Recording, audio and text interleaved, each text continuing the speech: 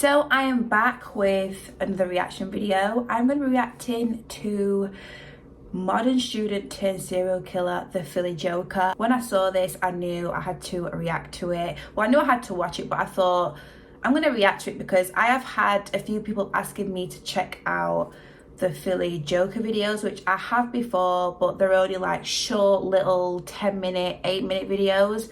So when I saw that chap Law Ross has dropped a documentary, you know, we know how much chap Law Ross goes deep. He dives and gets every little bit of information from everywhere. So I just knew this one was going to be a different video. But before I jump into this, jump over to my Instagram. Follow me over there so you know when I'm dropping new reaction videos. I always post on my Instagram. I'll let you know when I'm dropping videos. Also, if you want to message me, be nosy or whatever, then jump over there and follow me. I want to say thank you as well for the messages. I've been going through my Instagram DMs lately because I've been getting quite a lot, and I just want to say thank you to everybody for the positive words and stuff like that. But anyways, guys, thank you so much for watching, and I want to jump straight into it. If you want uncut and extended versions of my videos, go to patreon.com/traplordross. Period. Also, you can now watch my new drops on Spotify. You know what? So I go might search join me his there. Is the Patreon. video. Philadelphia. Because it's I home enjoy to some of the most content. treacherous streets in America. Beneath the surface of this sprawling historic city lies some dark secrets. Lurking on every corner and alleyway is a darkness that's hard to describe. Walking the pavements of Philly, you need to look over your shoulder and keep a hand in your pocket, because walking these streets amongst you lurks an evil energy that's hard to describe, but easy to feel in the pit of your stomach. Let me know in the comments, are you from Philly? Let me know what Philly's like. I always ask these questions because obviously I'm from the UK. I don't know about every place and what the vibe is, but yeah, let me know what it's like in Philly. Let me know the environment, let me know the vibe, because all I watch is videos like this, so I know that I'm getting a certain visual in my head of what places are like, but I want to know from you guys, so let me know in the comments. Eagle eyes watching you, and nobody is safe. Earlier this year, a news story from Philadelphia gained international attention when an only 17-year-old straight-A student and star athlete Noah Scurry was brutally gunned down in the early morning hours as he was leaving for school with his mother. America would mourn the seemingly tragic murder of a model student caught in the wrong place at the wrong time. It would turn out that things went far deeper and darker than anyone could have possibly imagined. As the days passed, people began to shine light into the shadows, and as more time went on, people would slowly piece together the shocking truth that Noah Scurry wasn't just a straight-A student caught up in the demonic forces that lurk in Philly streets. In fact, the truth was, he was the danger. When it emerged that in reality, Noah Scurry was living a double life, hitting the books and scoring points on the basketball by day, by night, he had a whole different identity, putting on a Joker mask to hide his true identity, and lurking in the streets with a thirst for blood, and acting as a high-functioning serial killer with allegedly over 5 bodies under his belt. The shocking truth was that even the most innocent-looking and well... Trap Law Ross. Okay, I see what vibe you're on today. It's come different. Come like the Joker today. Over 5 bodies under his belt. The shocking truth was that even the most innocent-looking and well-to-do teenagers in the streets of Philly were outside at night committing murders and then going home like nothing had happened. What made this story even more strange and shocking is that it impacted residents of Philadelphia at the highest levels of society and fame, because before all of this came out publicly, the former Philly rap legend and current podcast superstar Gilly the Kid, aka Gilly the King, host of $1 Million Worth of Game, would tragically lose his own son, YNG Cheese, to a brutal triple shooting in 2023. The grief-stricken podcaster would show incredible strength and continue pushing a positive message in the years that followed, but the internet would eventually be plunged into a sense of shock when it was later revealed that Noah Scurry had likely been responsible for the murder of his son and would have likely been arrested for it had he not lost his life first. The strange story made the concerned citizens of Philly ask the perplexing question: what would drive an apparently star student with his whole life ahead of him to get deep in the streets and begin taking the lives of other promising young men just like him? Well, the truth is much darker than anyone could have possibly imagined. So in this video, we take a closer look into the life and death of Noah Scurry, aka Joker OTV, the demonic teenage serial killer who got sucked into the deadly streets of Philly and showed the world that sometimes the most innocent-seeming people hold the darkest of secrets. Wow. We have to make a concerted effort to find solutions to the craziness that is plaguing our city. You say Devin Spady, better known as Young Cheese, was one of 3 people shot in the 5800 block of Masher Street in Albany Thursday night. He uses his platform to speak out against violence, and now violence has claimed the life of his son. What's done is done. And like you said, Cheese not coming back. The search is on for the gunman who opened fire, taking the life of a 17-year-old boy. Parents said he excelled in sports and was well liked. Instead, the gun violence continues to rise in Philadelphia with more and more young lives cut short. Last night, a 14-year-old boy became the latest child killed. The editing, Ross, is great. Boy, this is someone's son, this is someone's friend, and anti-violence advocates are saying these killings are creating a culture of fear in the city. You feel unsafe. You feel like they're not being looked out for. Community remembers a teen gunned down last week, and Dave, this is another victim of this senseless violence that's plaguing our city. That was my mommy's baby. That was her world.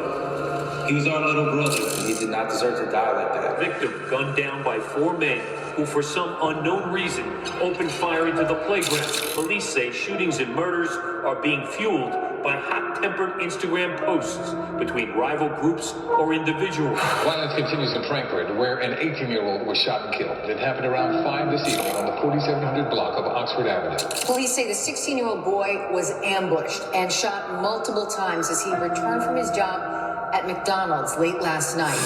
They say 3 masked men, they were waiting for him to return from work. Let's take this boy. You get me and did this shit. And you know who did that to you, man. And shut up. Allah, he was a and AJ did this shit. Police are looking for up to half a dozen shooters in cases that began yesterday afternoon. There were over 40 shell casings on the ground here. Officers say someone shot 2 people at this scene. One of them did die. The other is listed in critical condition this morning. 66-year-old man is dead, and 3 teens are hurt following a shooting last night in Frankfurt. 17-year-old is dead. The apparent target in this, and 4 other people were shot. 2 more teens and 2 women. This is an absolute outrage. What? It will be solved. Because at the end of the day, many of these kids are coming from the same communities that they're shooting in. Today, the U.S. Marshals Fugitive Task Force released this wanted poster of 17-year-old Asir Boone with a $5,000 reward attached. You have until Wednesday morning to turn yourself in. He even says at one point, I'm wearing this type of clothing. Don't cook me. Police say Tayshawn was riding his bike when a car pulled up and 3 masked people got out and began opening fire. Tayshawn was hit multiple times. The 17? Yeah, 17-year-old basketball player that just got shot 17 times. Yes. That's who killed my son. A teenager was shot and killed steps from his home. The 17-year-old was on his way to school. The teenager was with his mother at the time. Police and school officials are identifying the 17-year-old tonight as Noah Scurry. He's described here at the high school as a great student and athlete. At least 20 shots fired in what they believe was a targeted attack. The student who was killed was exceptional. No problems from him whatsoever, according to the principal and other staff members. He got videos out where he got a Joker mask on. A screenshot of the video shows a man in a Joker mask, at times appearing to hold a gun. Sources tell Fox 29 they believe that to be Scurry. Yes, I wonder how, because obviously before he got killed and, you know, stuff like that, he was known as a great student, you know, was doing good in school. So how did people find out about the Joker masks thing and being in music videos with guns? Like, I wonder how everyone found out about that, unless everybody kind of knew, but it just wasn't, I don't know, really being spoke about. I don't know. Let's, hopefully we'll find out. Slide, you ain't slide, yeah. Right. Now slip.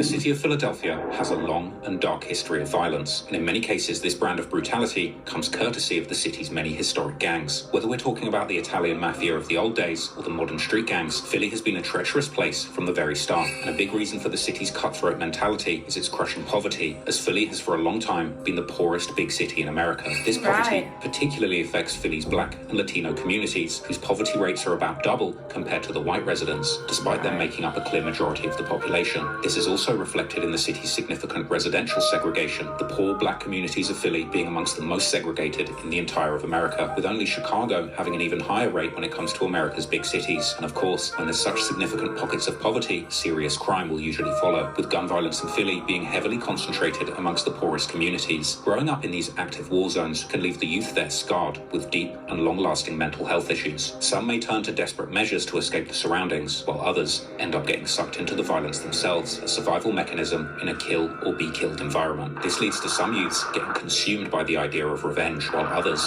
may even get addicted to the violence itself and actually find pleasure and release in participating in the killing. This is the environment where Noah Scurry was born on May the 30th, 2007, his birth eerily coinciding with the filming of the movie The Dark Knight, the second installment of director Christopher Nolan's Batman trilogy, which would introduce the late actor Heath Ledger's critically acclaimed performance as the Joker. This new, much more dark and twisted rendition of the legendary Batman villain would later become Noah's alter ego in the streets of Philly. Not much is known about Noah's early life, but based on what we do know, he appeared to have a relatively happy childhood. Noah's loving parents, Megan and Ron, did their best to provide for their young son. They would work hard to keep him fed and well clothed as a child. Always dripping in the latest Ralph Lauren, Noah was a stylish kid whose parents clearly cared for him and wanted the best for him, and his parents would do their best to keep Noah busy and focused on positive hobbies, as he would seemingly practice many different sports, from martial arts to baseball, and of course basketball, where he would eventually excel the most, becoming his high school team's top scorer. His parents would also make sure that Noah's intellectual side was equally stimulated, as he would show great promise in school as well, becoming an honor roll student who would score the highest result in his school's SATs. Something even more impressive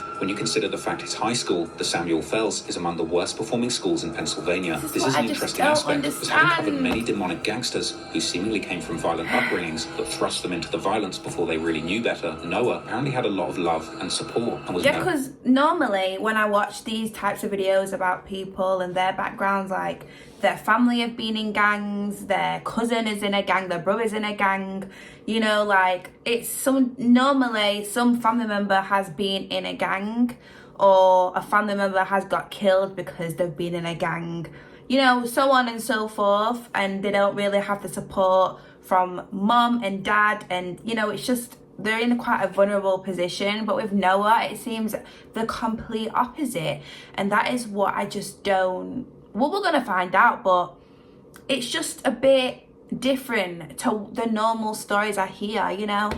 Let's see what's going on. That thrust them into the violence before they really knew better. Noah apparently had a lot of love and support and was nurtured to excel at life. However, Noah was also clearly influenced by street culture since a young age. And while there are no signs that his family was in any way affiliated with gangs, he can often be seen throwing up what seemed like gang signs in his early childhood pictures. Oh, is that gang signs? If Noah at the time was simply imitating what he saw other people doing, or if he was actually already affiliated with gangs. But there were numerous street gangs operating in the area that Noah lived at the time of his death, and eventually he would allegedly become affiliated with a gang called the Whackers from the Lawncrest section of the city, who go by the name Pavement Boys, or PB, and are repped by rappers like No Pix and Rel Sosa. Noah was also seemingly close with gangs from the Frankfurt section of the city, particularly gangs called Parkside and Certified Clappers, or Double C. The biggest rivals of these gangs will be the gangs called M24 and their younger generation called Fast Break, who hail primarily from the Olney section of the city. The Fast Break have become well known in Philly drill culture recently after their members allegedly killed Philly's most well-known drill rapper, YBC Dull, in August 2024. His killers allegedly being as young as 14 years old, with Zakeem Blake, who had gone missing from his parents a year earlier, and 16-year-old Aiden Waters, who was also a former talented track and field runner, although he never featured on the cover of the ESPN magazine, as some pages would falsely report based on a custom cover likely made by his parents. Nor was he the national champion on the 1500 meters in 2015, although he did come up third place. With all this just going to show you that being a promising athlete isn't quite enough to stop a young man being sucked into the violent life of the Philly streets. But anyway, growing up in an active war zone, Noah Scurry would be no stranger to gun violence growing up. In 2016, when Noah was only 9 years old, his cousin would be gunned down in the Mayfair neighborhood, located only about 3 miles east from Noah's home, where he would ultimately end up losing his life.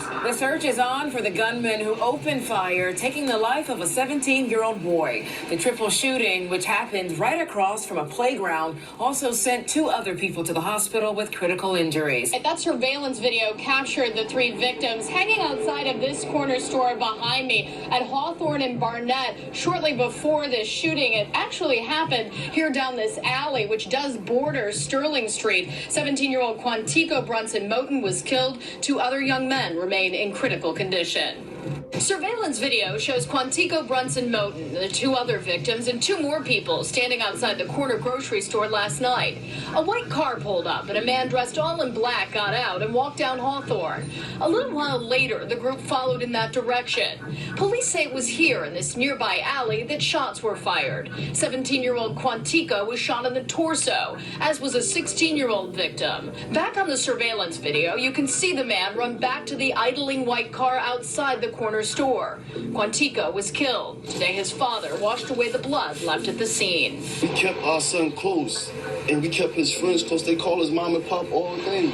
The store owner and friends identified this young man as Quantico. This is video of him inside the corner store just before the shooting that would claim his life. His parents said he excelled in sports and was well liked. He was silly all the time. He was just silly all the time. Things would begin to ramp up around 2020 as the COVID pandemic would bring a spree of violence all over America, including Philadelphia, where the already high murder rate would spike to the level of the 90s when the crack epidemic was intensifying the gang wars. I also think 2020 as well for everybody was just, it doesn't even seem real that 2020 happened and the whole COVID thing happened, but I feel like everything in the world just went higher, excelled, you know, like Chap Loras is saying, violence and death and people being killed also racked up in 2020 in Philly. I feel like substance abuse and stuff like that also racked up in 2020. Like 2020 was not a great year or few years after that for a lot of us, you know. Murder rate would spike to the level of the 90s when the crack epidemic was intensifying the gang wars. Wow. In December 2020, Noah's good friend, 14-year-old Tamer Timms, also known as Tartar, was gunned down in Olney, less than 2 miles away from Noah's home. Well, deadly gun violence continues to rise in Philadelphia with more and more young lives cut short. Last night, a 14-year-old boy became the latest child killed. Action reporter Jacqueline Lee is live in the only section of the city tonight with more of the investigation into this deadly incident and the devastating statistics. Jacqueline. Well, Rick, you know, we cover so many shootings. Sometimes it's easy to forget to see the humanity in it. But this was a 14-year-old boy. This is someone's son. This is someone's friend. And anti-violence advocates are saying these killings are creating a culture of fear in the city. Family members described 14-year-old Tamer Timms as the life of the party, a star basketball and football player. He was an outdoor fun kid, like the crack jokes. This was a regular kid, a regular 14-year-old child living his life. My son didn't deserve this. That's why his mom, Regina, and other family members are puzzled as to why he was shot in the chest and back on the 5900 block of North Masher Street Thursday night. He later died at Albert Einstein Medical Center. I see this every day. I see it every day. It never really clicked until it happened to me. Cried all night, ain't been asleep really yet. His brother says Timms was in the wrong place at the wrong time. I don't feel real. Sadly, many families are facing this reality. The 6 ABC data journalism team found that shootings involving children are up 70% this year in Philadelphia. Like Noah, Tamer was a very talented basketball player who was also known by the nickname 32. And following his passing, Noah's father would post on his social media how Noah had changed his jersey number to 32 in Tamer's honor, promising to always play in his memory. But shockingly, Noah's father, Ron Scurry, would make a post revealing that Noah had actually lost 5 friends in less than a year, showing just how out of control the gun violence in Philly had gotten at this point and how much it was personally affecting Noah. But unfortunately, That wouldn't be the end of it, because only a few months later, he would lose yet another friend, with his father posting how his son had lost 6 friends to violence, and saying that he can see the hurt in his son's eyes. 16-year-old Kari Simmons, also known as Car, or Ree, would be killed in a senseless triple shooting at a rec center in West Philadelphia that would also leave 2 15-year-olds injured. Now a community remembers a teen gunned down last week. And Dave, this is another victim of this senseless violence that's plaguing our city. Jason, a big turnout tonight at the Christie Recreation Center at 55th and Christian as an entire community came out to mourn Kari Simmons and to hopefully start the healing process. There's a lot of Balloons shootings were released over this West Philadelphia Rec Center Tuesday evening to remember 16-year-old Kari Simmons, who was gunned down last week on this very same basketball court. He was just here doing what all of us do. Come to Sherwood, play basketball, and just be kids. Kyrie's senseless murder touched off calls for a citywide action plan after the death of yet another young man with so much promise. We love Kyrie more than anything. That was my mommy's baby. That was her world. He was our little brother. He did not deserve to die like that. Police and Kyrie's family say he was an innocent victim, gunned down by 4 men who, for some unknown reason, opened fire into the playground. Following Kari's murder, local news would report how the police were warning that the violence in the city was being fueled by social media, where gangs were going back and forth dissing each other. After over 100 murders already this year, investigators are focusing on ways to prevent more violence, including monitoring Instagram, where police say shootings and murders are being fueled by hot-tempered Instagram posts between rival groups or individuals. Social media beefs turn violent. Now, these groups just have the ability to use Instagram and go back and forth in real time. And it's something that we're very concerned about. Commissioner Daniel Outlaw says social media is fueling a lot of these conflicts, and they're now having detectives monitor those conversations. Life has turned into one big reality TV show.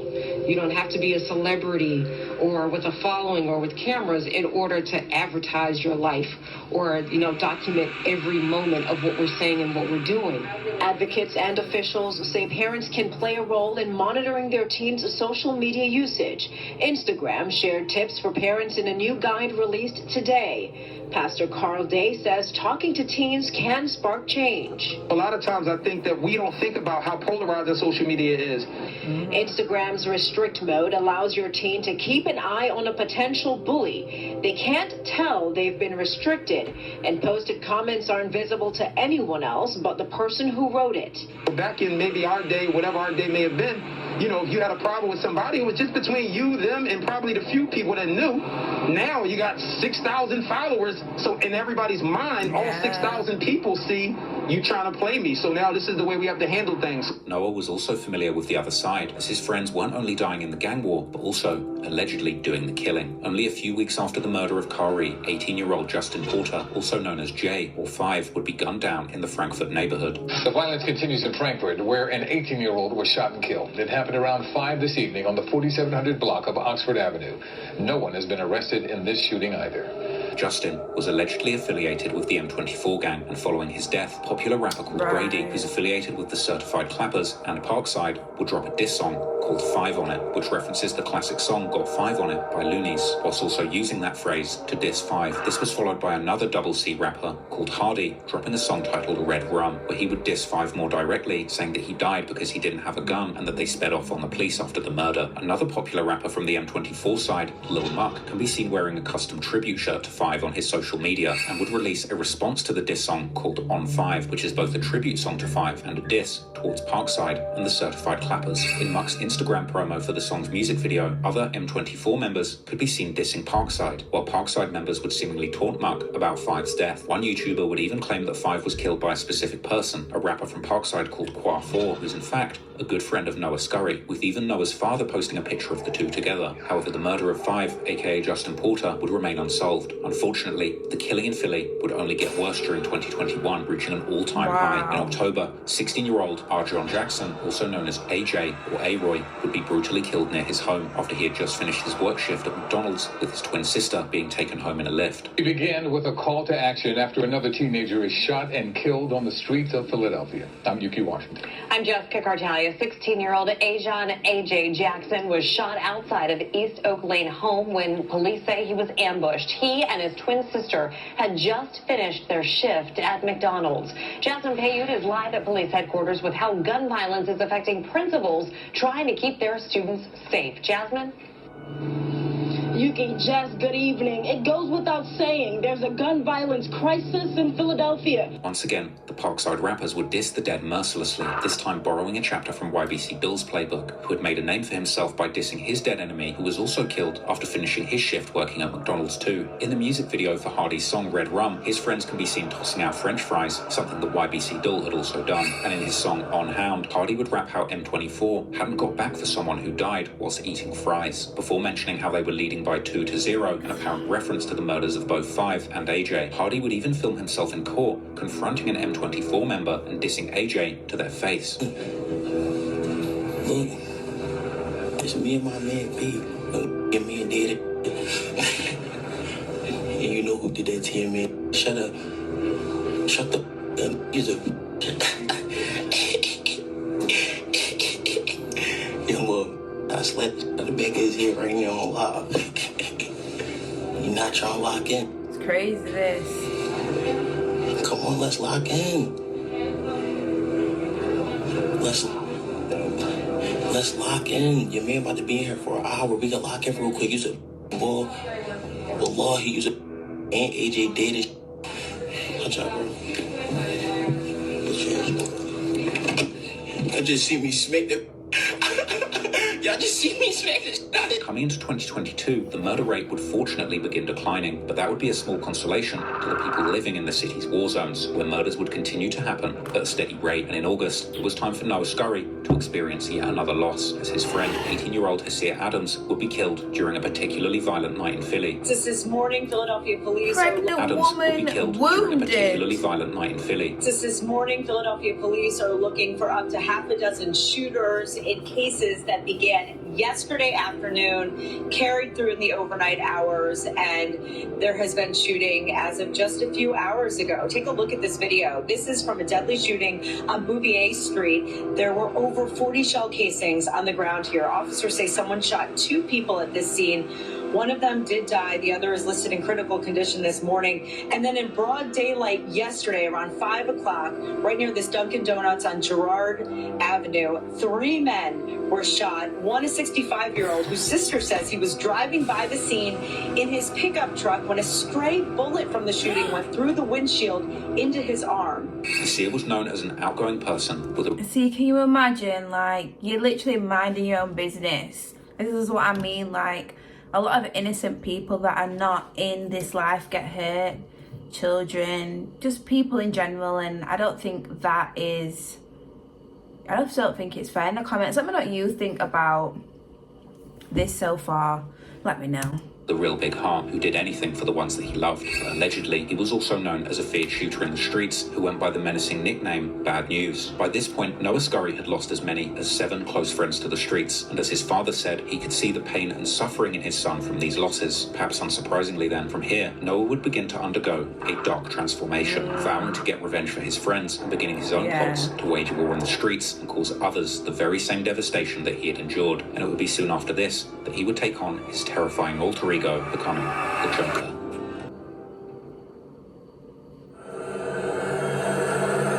Birth of the Joker. A black cloud lingered over Philadelphia, casting a dark shadow on the kids living there. Kids with lives, dreams, and their whole futures ahead of them would wake up and go to school not knowing if this would be their last day, and witnessing so many of your friends lose their young lives before they ever even started would turn even the cleanest of hearts cold. These murders ignited something dark in the minds of the youth of Philly. Kids, not even old enough to buy a beer, would be going through unbearable pain. What could their parents possibly even understand of what these kids were going through? Kids pushed to their limits, fragile minds that hadn't even developed yet, undergoing trauma only comparable to shell-shocked soldiers fresh out of a war zone. It's no surprise then that this sort of grief ended up consuming the youngsters like Noah Scurry, who in the name of survival or revenge felt the need to transform into something else, something terrifying, a new identity that would give them back control and save them from the danger by becoming the danger themselves. This is how the Joker persona was born. 2023 would end up being a pivotal year for Noah Scurry. In May, he would visit the Girard College, which provides college preparatory courses, likely meaning that Noah and his family were preparing for the next step on his educational journey, aiming to get him a scholarship to a university. However, later that month, there would be yet another mass shooting in the Frankfurt section, which would end up killing a 66-year-old man and injuring 3 teenagers. Police say someone shot 3 15-year-old boys on Mulberry Street in Frankfurt.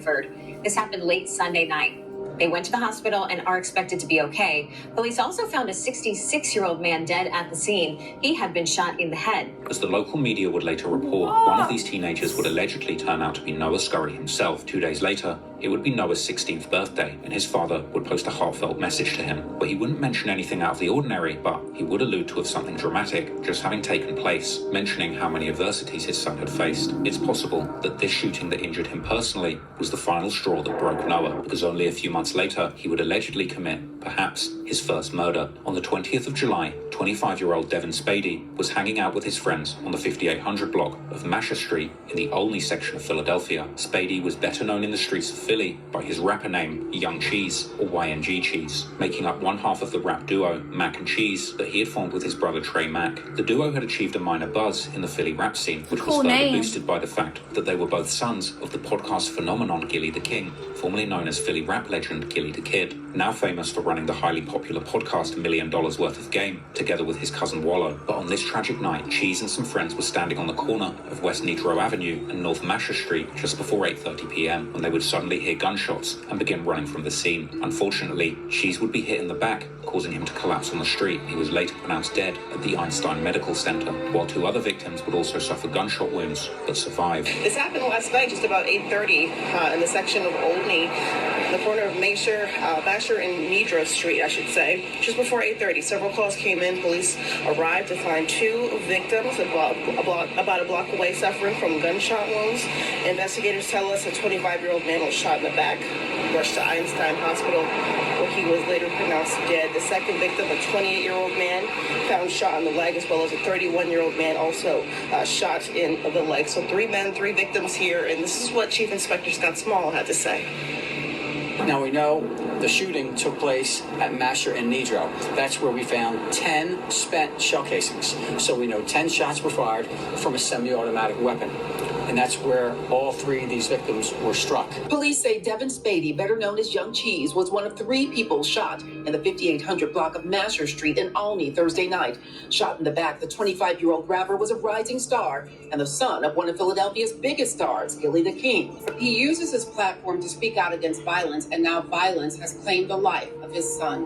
For him to be a victim to the same violence that he's advocating against, that's just heartbreaking. Gilly the King is a rapper turned podcaster turned philanthropist. He and his $1 Million Worth of Game podcast partner Wallow also helped give away millions of dollars to support local businesses, and both were awarded the key to the city. Gilly and Wallow have become the unofficial mayors of the city of Philadelphia. How about that?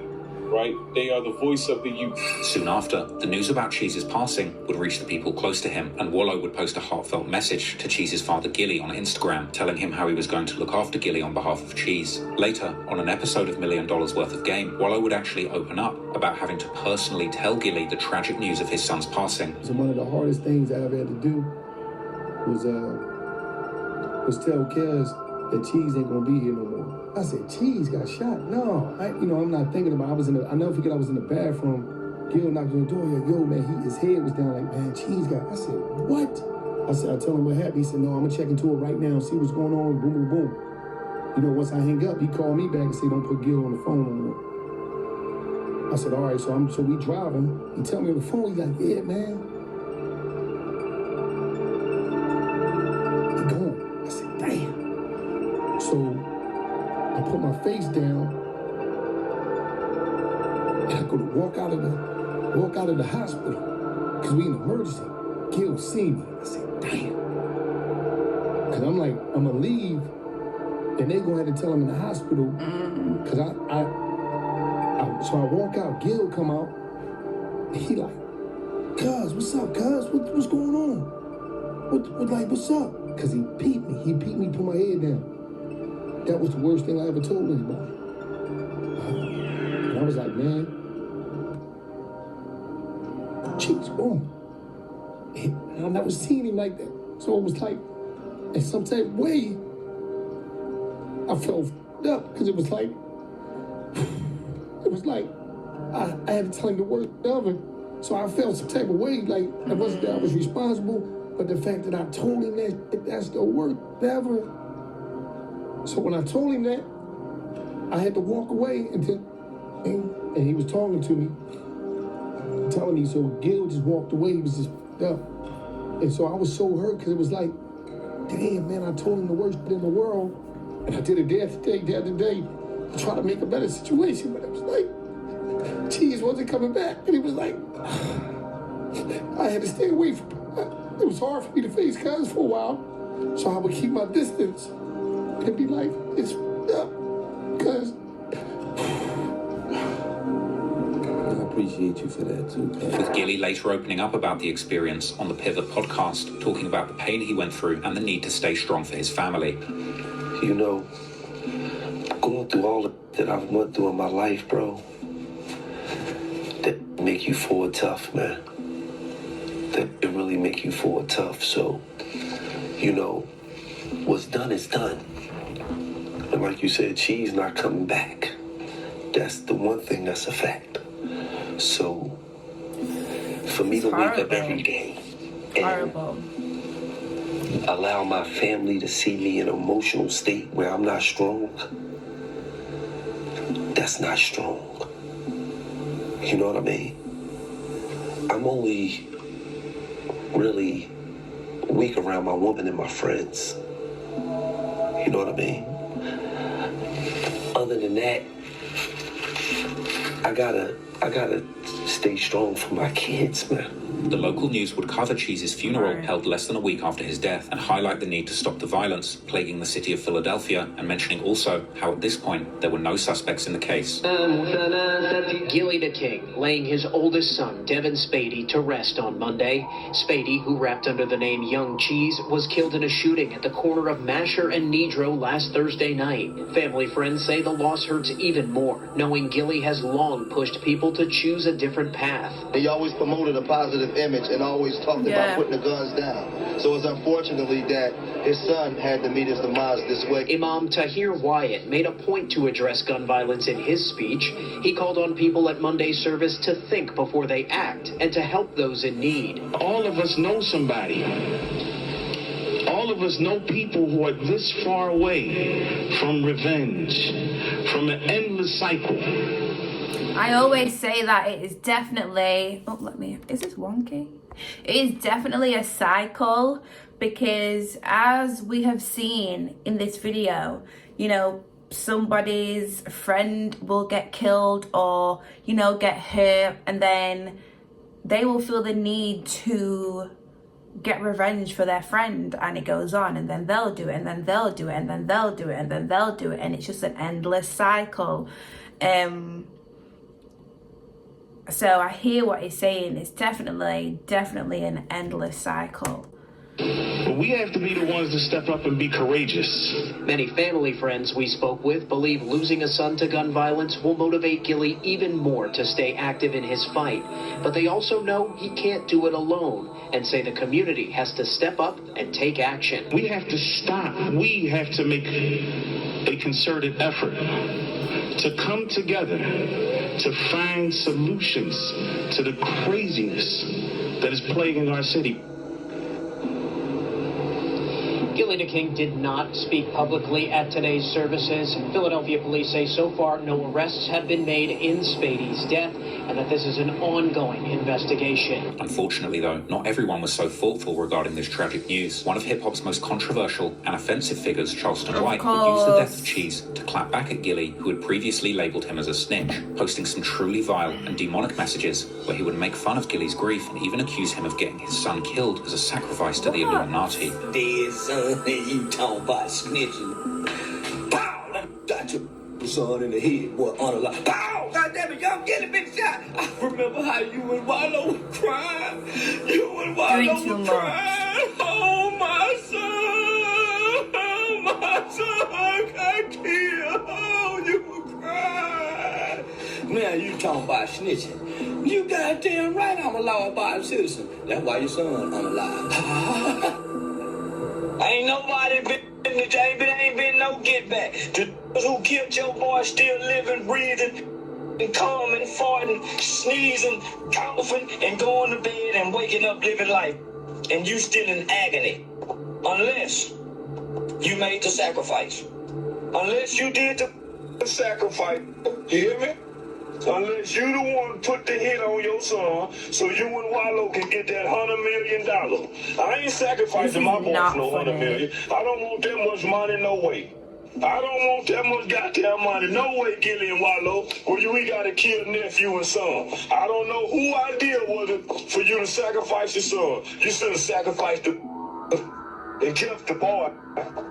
And kept the boy. You should have sacrificed the and kept your son, but because you want to be in an Illuminati. Some months later, in October 2023, Noah would make one of his first appearances under his Joker alter ego in the music video for his friend Qua 4, a song called Fallen Angels, a song dedicated to all of their friends killed in the Philly gang wars. Noah would be included in the video wearing his signature Joker mask and holding up a gun, surrounded by other strap-toting Philly gangsters. But when Noah wasn't allegedly running around killing people in his Joker mask, he would still be keeping up appearances in school, where his basketball team would tell the fans that he was a player to watch out for and that he was going to have a big junior season. Unfortunately though, only a few months later, Noah would allegedly strike again in the streets. On the 4th of March, around 3:45 p.m, 17-year-old Damon Taylor, also known as Fat Dame, had just gotten out of a school day at Imhotep Charter High School. He was waiting to get on a bus with about 15 other students at the intersection of Ogons and Godfrey Avenues when two assailants would walk up to the bus stop and open fire. 5 people were hit with bullets, including 3 students who were standing outside at the bus stop, along with 2 older women who were sitting inside the bus. However, despite the high number of casualties, the attack appeared to be targeted towards Damon, who would be hit the worst. This was a gruesome hit, and his injuries would be brutal to say the least. A video would later be posted online showing panicked students at the scene, with one girl being heard saying, "His face is gone," when referring to Damon's injuries. His face is gone.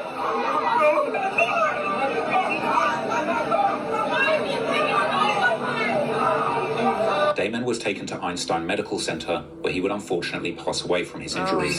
Good evening. It's Monday night. We begin with breaking news here tonight. Chopper 6 over the scene now of a deadly shooting that unfolded this afternoon on board a SEPTA bus. It happened just before 4 o'clock today. That bus coming to a stop right there at 16th and Limekiln and Ogons.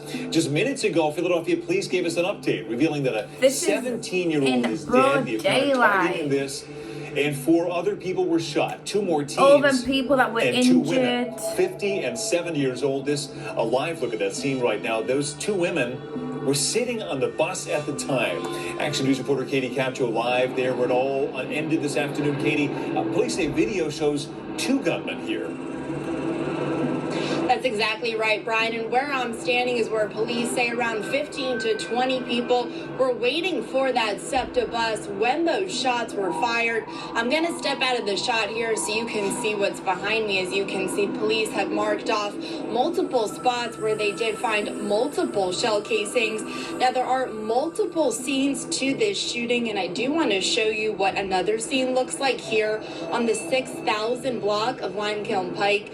You can see that SEPTA bus, and it has multiple bullet shots through those windows. Now, there are multiple victims here, and I do want to show you a list of all of the victims. Police say a 17-year-old was killed. A 17-year-old suffered a graze wound to the shoulder. A 50-year-old was on the SEPTA bus. She was shot in the arm. A 70-year-old woman was on the bus. She was shot in the head. Police say both of those women were bystanders. Police also say a 15-year-old suffered a graze wound to the back. Now, everyone is over at Einstein Medical Center recovering at this time. Philly's infamous district attorney, Larry Krasner, would later be moved to tears when discussing the incident during a press briefing, promising that everyone involved would be arrested and prosecuted. Juvenile who has now lost his life. We have a 70-year-old woman.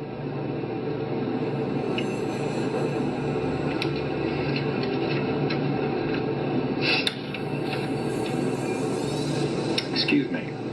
We have a 70-year-old woman with a grocery cart on a bus who is struck in the head with a bullet. This is an absolute outrage. It will be solved.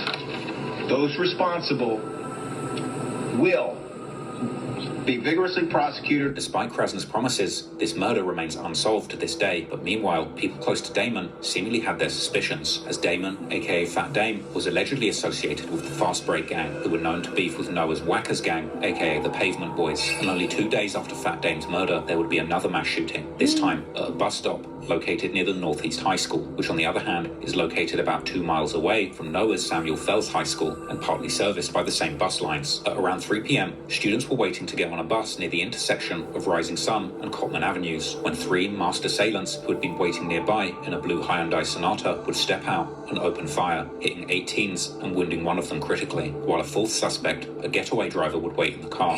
Tonight, Philadelphia police are urging the public take a closer look at this shocking surveillance video. Investigators say it shows the chilling moments 3 armed suspects exit a stolen car, run up to a busy bus stop frequented by high school students, and indiscriminately fire more than 30 shots into the crowd. 8 teens between the ages of 15 and 17 were wounded. One of those teens now fighting for his life. These are individuals shooting at a crowd of kids. That's really concerning. So we need people to see that. This shooting, the 4th involving the city's transit system, SEPTA, and the 2nd involving minors this week alone. We're going to target every criminal code on the bus. But for the family and friends of 17-year-old Damian Taylor, it's too little too late. The teen was shot and killed on Monday as he waited for the bus. Several others were also wounded. As the investigation into this latest shooting continues, authorities are urging parents to get involved before another young life is claimed by gun violence. Go in those rooms and look under those tables and look under those closets and get those. All the office clicks are wild natural deodorant, so there isn't anyone for us to make fun of anymore. But we still try. Smell you later, IT. Violence. Go in the urging parents to get involved before another young life is claimed by gun violence. Go in those rooms and look under those tables and look under those closets and get those guns out of the house. Because at the end of the day, many of these kids are coming from the same communities that they're shooting in, right? And they know who they are. Unlike the shooting that took the life of Fat Dame, this one would unravel almost immediately, and less than 1 week later, the police would arrest 2 18-year-olds, Jamal Tucker and Arneel Buggs, in connection to the shooting. This is video from the moment 18-year-old Arneel Buggs was taken into custody by U.S. Marshals Saturday. The day before, police say 18-year-old Jamal Tucker turned himself in. Philadelphia police, the mayor, and other leaders met today to announce their arrests. Both are now charged with the shooting that injured 8 Northeast High School students who were waiting for the bus last week. 7 boys and 1 girl, all between the ages of 15 and 17, so young. Were hit. To our young people who are impacted, to know that we're making progress.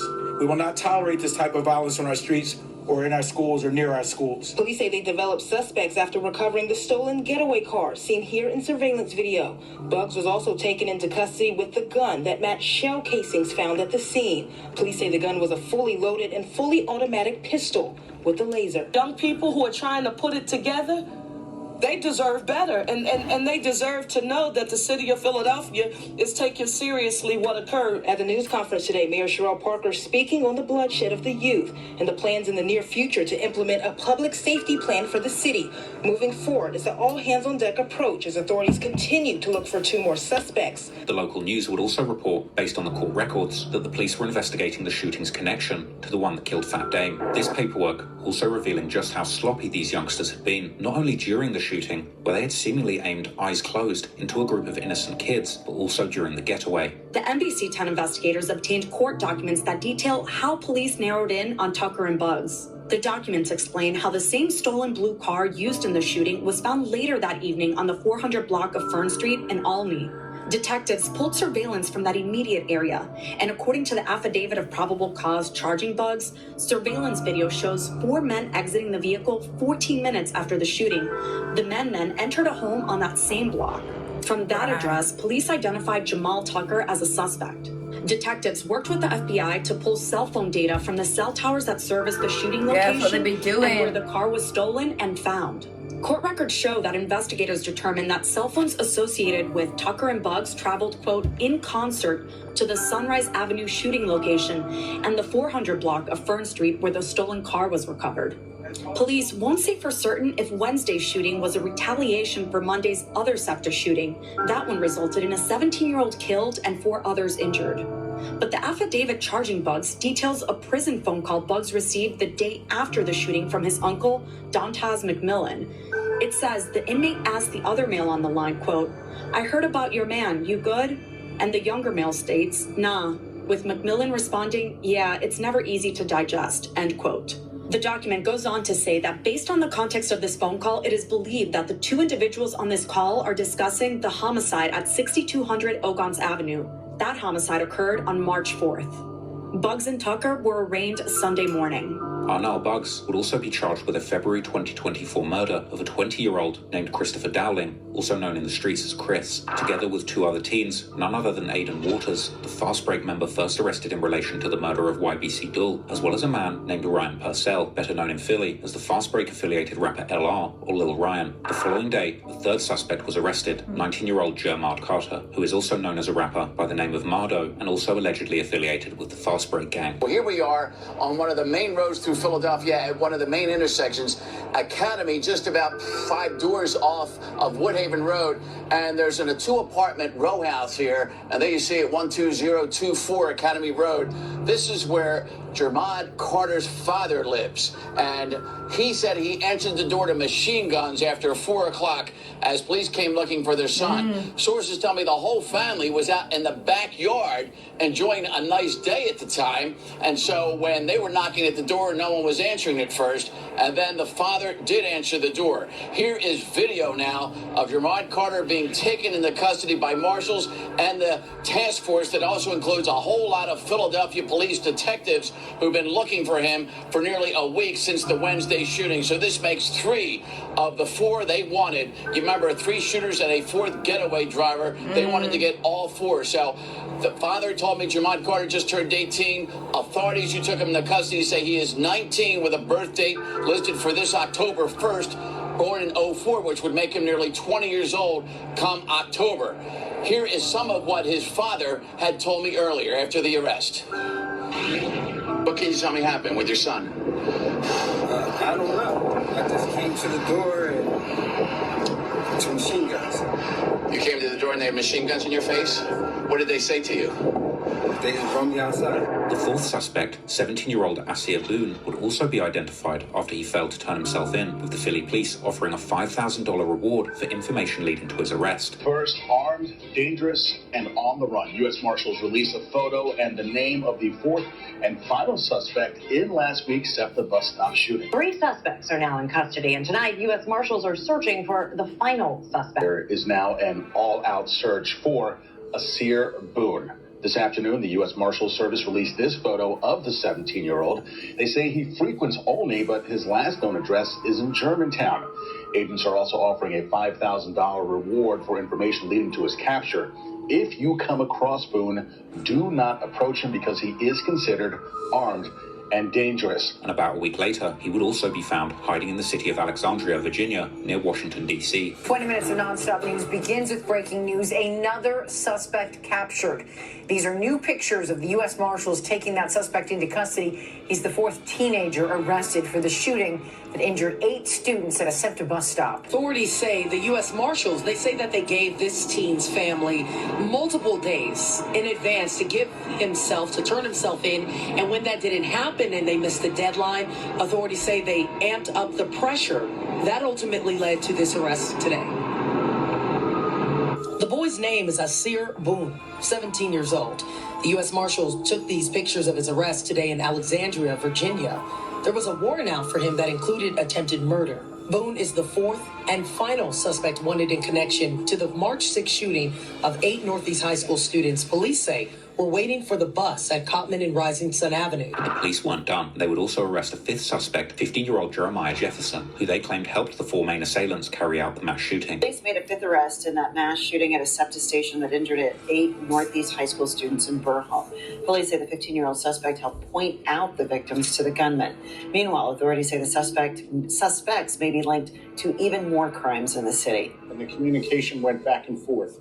He even says at one point, "I'm wearing this type of clothing, don't cook me."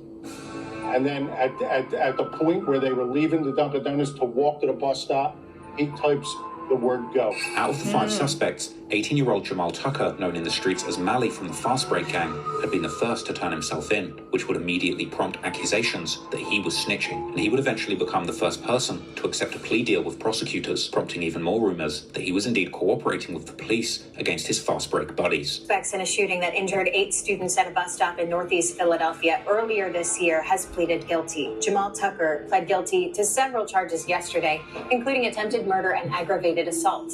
He's one of 5 people charged in that shooting you might remember happened back in March. 8 students from Northeast High School were shot at the intersection of Cotman and Rising Sun Avenues.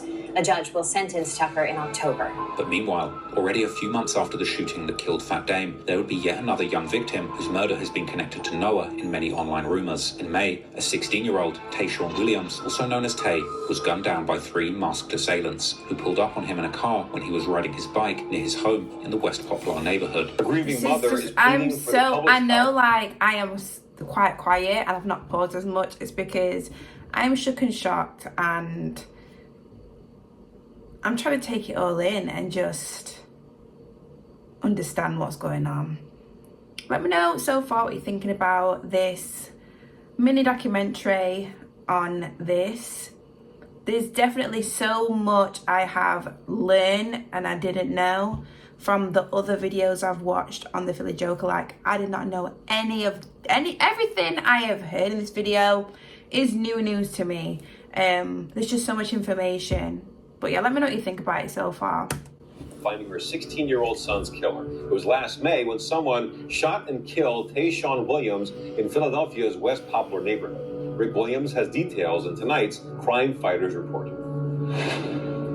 Tyra Williams needs a lung transplant.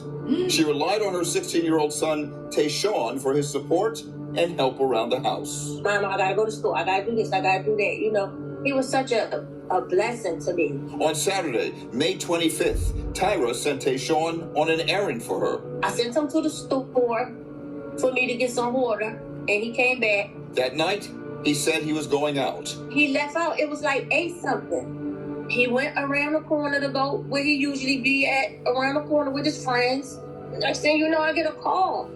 At 8:38 p.m., police were called for reports of a person with a gun along the 1200 block of Fairmount Avenue in Philadelphia's West Poplar neighborhood. Police say Tayshawn was riding his bike when a car pulled up and 3 masked people got out and began opening fire. Tayshawn was hit multiple times. He was taken to the hospital, where he died a few hours later. The area where Tay lived is known for the Richard Allen Homes, a public housing project, with the gang hailing from the area also going by Richard Allen or RA. While there's also numerous smaller sets in this area that go by names like 103, YSF, or Gunner Gang, RA has been known to have a beef with a gang called Zoo Gang, whose members also rep a set known as Omerta that hail from the Strawberry Mansion section. Omerta and Zoo Gang members have been hit with several federal indictments in recent years regarding numerous major robberies and other crimes, including a heist where the assailants stole hundreds of thousands of dimes from a trailer that was waiting to transport the money to Florida. Thousands of dimes scattered and shimmering in a parking lot of Philadelphia Mills Mall. They spilled out of a parked trailer when thieves broke in. They were trying to cross-load the dimes into other things to carry it away. There's dimes all over the parking lot. The cargo, $750,000 worth of dimes, was loaded up at the Philadelphia Mint yesterday. Police say the truck driver parked here overnight, went home, and got some sleep before a long day of driving to Florida.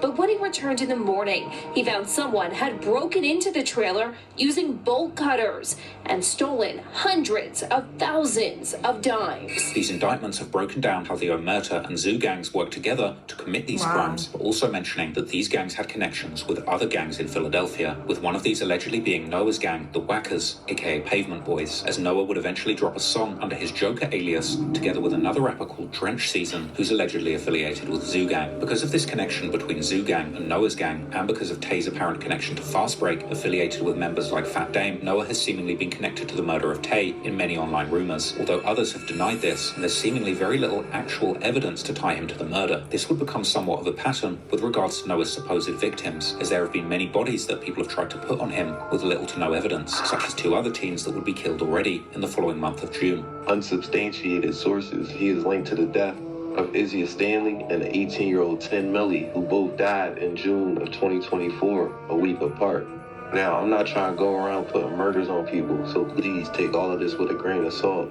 However, at least in the case of Izzy Stanley, a 17-year-old girl who was killed when a shootout started at a party in Fairmount Park, one arrest has seemingly been made, but there's still seemingly nothing tying Noah to this incident. In May 2024, Noah would make another appearance in the music video for Qua Fall's song Drill After Drill, but this time he would appear without his Joker mask, simply wearing a black COVID mask to hide his identity, all while toting a gun and flexing big stacks of cash. Interestingly, around the time of the video's release, Noah's father would also post several photos taken at the video shoot to his social media that showed Noah throwing up gang signs. By this point, Noah was truly living a double life, allegedly masking up and killing people by night, but continuing to excel in school and sports by day. On the 10th of December 2024, Noah was selected as his high school team's best player in their game against Plymouth Whitemarsh High School. He was all over the team's social media at this time, clearly delivering good results on the court for his team. But about a month later, when Noah's high school was playing against one of their main rivals, the Imhotep Charter High School, Noah was reportedly not participating, which would explain why his team would take a major loss.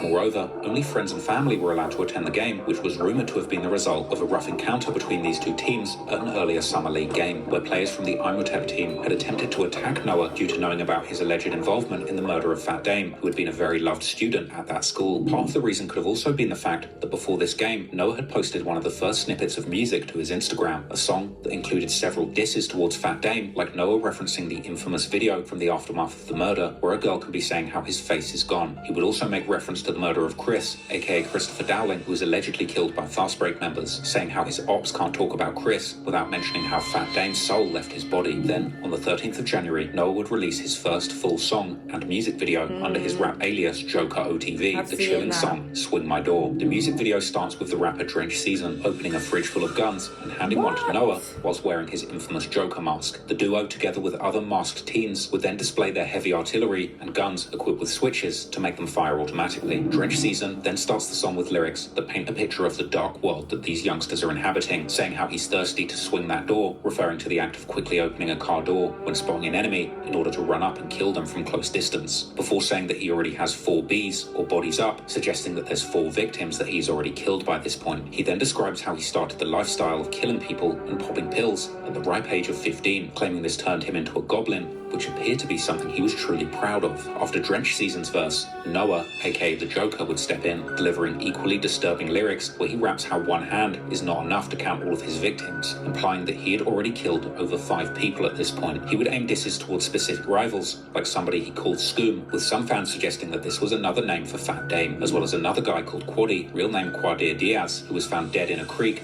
together with his friend, under mysterious circumstances in April 2024. This song was undoubtedly disrespectful, and this is really where Noah painted an even bigger target on his back. Not only was he killing his enemies in the streets, but now he was proudly rapping about it. And despite hiding behind the menacing mask, those in the streets knew exactly who was responsible for these murders, and they wanted revenge too. And unfortunately for Noah, just as he had begun his rap career using his menacing mask and moniker as the Joker, there would be other ruthless masked shooters looking for him in the streets, with little care for who got in the way or witnessed the revenge that they were about to take upon him.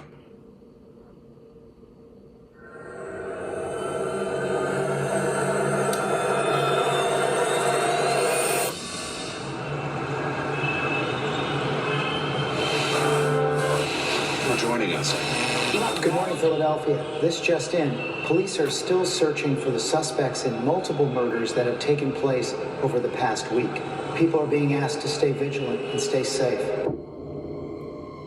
In the streets, there are no heroes or villains, only actions and reactions. The gang life is sadly a dead end, and no matter how fearsome you are, no matter how many people you've killed, it only takes the squeezing of a trigger to end your story too. Noah Scurry, aka the Philly Joker, had become a formidable force in the Philly streets in just a matter of months. The pain that he felt from losing so many of his teenage friends to the gun was barely eased by all the killings that he himself had done. Yeah, because like I did say at the beginning of the video, hearing about Noah, like he had, you know, his mum and his dad, his mum and his dad made sure that, you know, he did all these activities, did well in school, you know, he was a high grader, if that makes sense. Like he scored high in school tests and he was good in basketball, and I didn't know how he got here, but going through this video,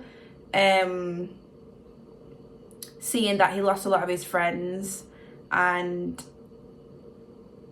you know, I feel like, let's say, even if he didn't have death in his life and he just hung around with his friends, he was around like gangs, and you know, I feel like if you're around that environment, then you know them sort of things will follow you. But yeah, watching this video has made me just see like what really and how we got here and stuff like that, you know. From losing so many of his teenage friends to the gun was barely eased by all the killings that he himself had done. Perhaps he was too young and naive to think that he would suffer the same consequences too, but the reality was that those people that he had hurt, just like he had been hurt himself, wanted their own revenge, and hiding behind his mask, his family, or his facade as a straight-A student athlete would ultimately not be enough to save his life. And in the end, like those friends or enemies of his that lost their lives so young, his life too would be cut short in the most poetically tragic way. On the 14th of January 2025, Noah Scurry would wake up early to head to the Samuel Fells High School, exiting his family's house located on Aurora Street near Roosevelt Boulevard around 7:15 a.m. But as Noah stepped outside to the back alley of his family's row home, ready to get into a car with his mother, who was supposed to drive him to school, unknown assailants were ready and waiting for him. They would immediately jump out from a white Jeep SUV and begin shooting at Noah, hitting him numerous times before fleeing the scene in their car. And of course, as tends to happen too often these days, someone would immediately begin filming the aftermath, showing Noah's mother distraught, hugging her son's lifeless body, covered in blood and bullet holes. Soon after, the police and medics would arrive to the scene, and Noah would be taken to the Einstein Medical Center, where he was unfortunately pronounced dead only minutes later, having suffered several gunshot wounds to his chest and abdomen. The local media would jump on the story almost immediately, highlighting Noah's status as a star athlete and an exceptional student, at this point completely unaware of his murderous alter ego. A teenager was shot and killed steps from his home. This is the 5,000 block of Aurora Street, about 8 this morning, and we're learning the 17-year-old was on his way to school. The teenager was with his mother at the time. And Kelly, what else are you learning from this tragedy? Well, Jason, police and school officials are identifying the 17-year-old tonight as Noah Scurry. He's described here at the high school as a great student and athlete. His family understandably was not ready to talk today. Police say they do believe he was targeted, but have not said why. Sophomore Mohammed Al-Faki leaves a solemn day of school at Samuel Fells High School. All after-school activities canceled today and men's basketball games canceled this week due to the killing of a teammate and senior, identified by police and district officials as 17-year-old Noah Scurry. Police say it all happened in an alleyway behind Roar Street, just off Roosevelt Boulevard, around 7 this morning. At least 20 shots fired in what they believe was a targeted attack. There was a backpack left in the middle of the crime scene, surrounded by shell casings, and tires of nearby parked cars blown out. A letter sent home to parents from the school principal said Scurry scored the highest among the Fells community on the SAT tests. The student who was killed was exceptional. No problems from him whatsoever, according to the principal and other staff members. As you might imagine, they are distraught. The following day, the story would receive a major update as the police would recover the assailant's getaway car, and the news would also show security camera footage of the vehicle at the murder scene. The police would also give out information that Noah had indeed been shot before his murder during the May 2023 incident that took the life of an older man. Breaking right now, chilling video just obtained by CBS News Philadelphia showing the exact moment a gunman ambushes a local teenager on his way to school right in front of his frantic mother. Good afternoon, Siapa. Police are one step closer into figuring out who is responsible. They say they believe they found a vehicle that may be connected to the shooting. Police say the 17-year-old Fells High School senior was shot multiple times as he was getting into a car on his way to school with his mom. Investigators say he was rushed to Albert Einstein Medical Center, where he later died. The video also shows a white Jeep Grand Cherokee take off from the alley behind the teen's home on Roar Street early Tuesday morning, right after the shooting. Police say they located the Jeep that matches a description of the car they were looking for in Northeast Philadelphia. Chopper 3 captured it in a police impound lot. And now CBS News Philadelphia has learned that Scurry has been shot before. Sources tell us back in May of 2023, he was one of 3 15-year-olds shot on Mulberry Street in Frankfurt. A 66-year-old was killed. That crime is unsolved. At this point, Noah's murder seemed completely incomprehensible to most. After all, if star athletes and students like Noah can become the victims of gun violence, then nobody is safe. But meanwhile, Meanwhile, the undefeated online detectives were uncovering the dark side of Noah's past. First, posts connecting him to the Joker OTV alias would appear already on the day of his murder. Some of these would even show old clips of Noah beating up his enemies. And soon, mainstream media too would be forced to change the narrative, backtracking on the angle they'd taken in earlier reporting to cover this new, shocking twist in the story. New tonight, law enforcement sources confirmed there was a rap video uploaded to social media the day before 17-year-old Noah Scurry was shot to death behind his home in front of his mother, who was getting ready to take him to Samuel Fells High School. Yeah, that's what these, he's right. Trap Lord Ross is right. Internet detectives can find anything and like put things together, especially on Reddit. Like Reddit is, that is the place for stuff like that, definitely. It's crazy. To death behind his home in front of his mother, who was getting ready to take him to Samuel Fells High School. A screenshot of the video shows a man in a Joker mask, at times appearing to hold a gun. Sources tell Fox 29 they believe that to be Scurry. In the video, he dances along other individuals who are also holding and showing off guns throughout it. The storyline would completely change once the duality of Noah's life was exposed as both a star athlete who excelled in school, whilst also being a bloodthirsty, mask-wearing drill rapper. Somebody who had been killed less than 24 hours after officially dropping his first diss song towards his ops. All of this made the story go viral, with seemingly every hip-hop news outlet and YouTuber suddenly covering the story. Most notably, Philly-based YouTuber American Confidential would post an incredibly detailed and well-researched full breakdown about Noah's life and death only 5 days after his murder. The video would interestingly point out how the news got the narrative completely wrong about Noah when they initially reported on him in the context of his excellent academic record. Family members, friends, and classmates were devastated by the sudden and senseless loss. A GoFundMe campaign launched by his cousin seeks to help cover funeral expenses. In her heartfelt message, she described Noah as a bright, loving young man with a heart full of kindness. Noah, only 17 years old, had such a caring and loving heart, wrote. He would do anything for his family, but most of all, for his siblings. I didn't know he had Tributes siblings. and condolences are poured in across social media, where friends expressed their grief and shared memories of the team. Speechless, I love you, one friend posted alongside photos of Noah Scurry. If people like myself and THF Philly weren't around, this would have been the end of the story.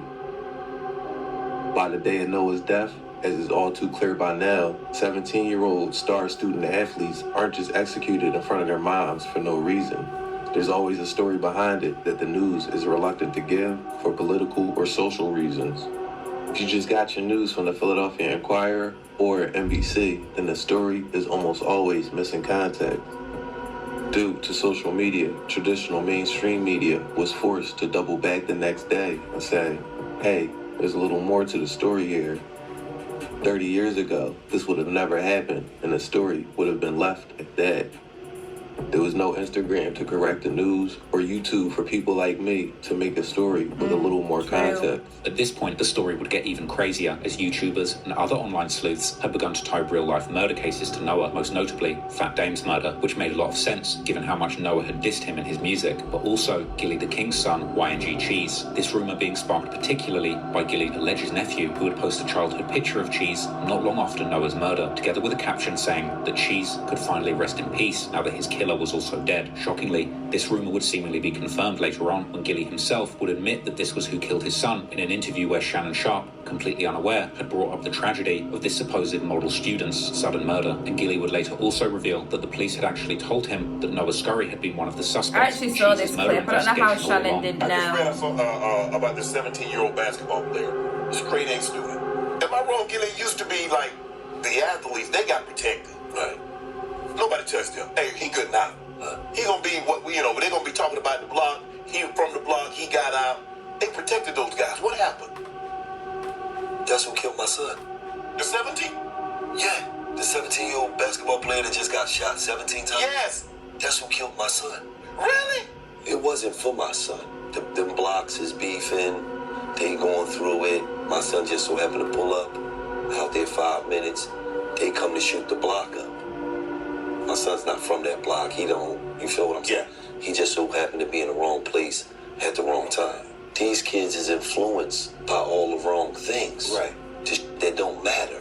Just that once upon a time when I was growing up in the ghetto, I was influenced by. I told you when I was young, we glamorized the person that was getting money, the hustler. That's why our rap names was like Gotti, rap game. There was always somebody that was getting some money. Now, it don't be about no money or nothing. They'll kill you about an Instagram post. Right. You said you was gonna slide, you ain't slide yet. Right. Now I slid.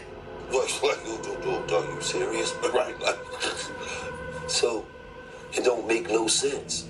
Meanwhile, the youths from rival gangs were celebrating Noah's death, with some of the first diss songs getting posted on social media only a few days after his murder, like a song from a rapper called Big 9 Millie, who would post a snippet to his new song where he rapped how Noah's killers did what Batman couldn't, before saying how Noah had become the topic of conversation with his Joker antics, but that the joke was now over. Noah's friends, who were rappers on the other hand, were also quick to use the huge media attention around him to their advantage, like the rapper Drench Season, who would drop a song titled Joker, which would receive a mixed reception, as the song didn't actually have a single mention about Noah and was seemingly only named after the Joker to get attention online. But people close to Noah would also seemingly begin to drop all the songs that he had made before he died, with his catalogue quickly growing to a full EP's worth of songs, which would also include features from other rappers close to him, like Qua 4 and Rel Sosa, with most of these being dark diss songs, like his only officially released song Swing My Door, with Noah aiming his disses towards rival gangs like Fast Break, and specific ops like Mally, aka Jamal Tucker, who had allegedly snitched on his friends. However, there would also be more emotional songs, like the song known as Falls Up or Patience, featuring Qua 4, which gives a rare glimpse into Noah's more introspective side, giving at least some idea to the listener on what could have possibly driven a good kid like Noah to commit some of the most horrible acts that he had been accused of. All of this despite seemingly coming from a relatively good background and likely having a bright future ahead of him. He would rap how he has seen his friends killed by their own cousins and how he's been betrayed by so many people, before saying how many of his friends are in jail and how his cries for help have been ignored, and how he's been in numerous shootouts with his ops, and most notably how people keep telling him that he's going to be the ticket out of the struggle, but something is telling him that he's going to die before he can get out. It seems that at least on some level, Noah knew that the life that he was living was going to end up bad for him, and that if he stuck with the positive things in life like basketball and education, he had a chance of making it big. But clearly he was so consumed by the losses and so many friends, just like his father had pointed out on Facebook. Ultimately, any kind of vision for a positive future just wasn't enough for Noah to let go of the losses that he'd suffered in the streets. Another matter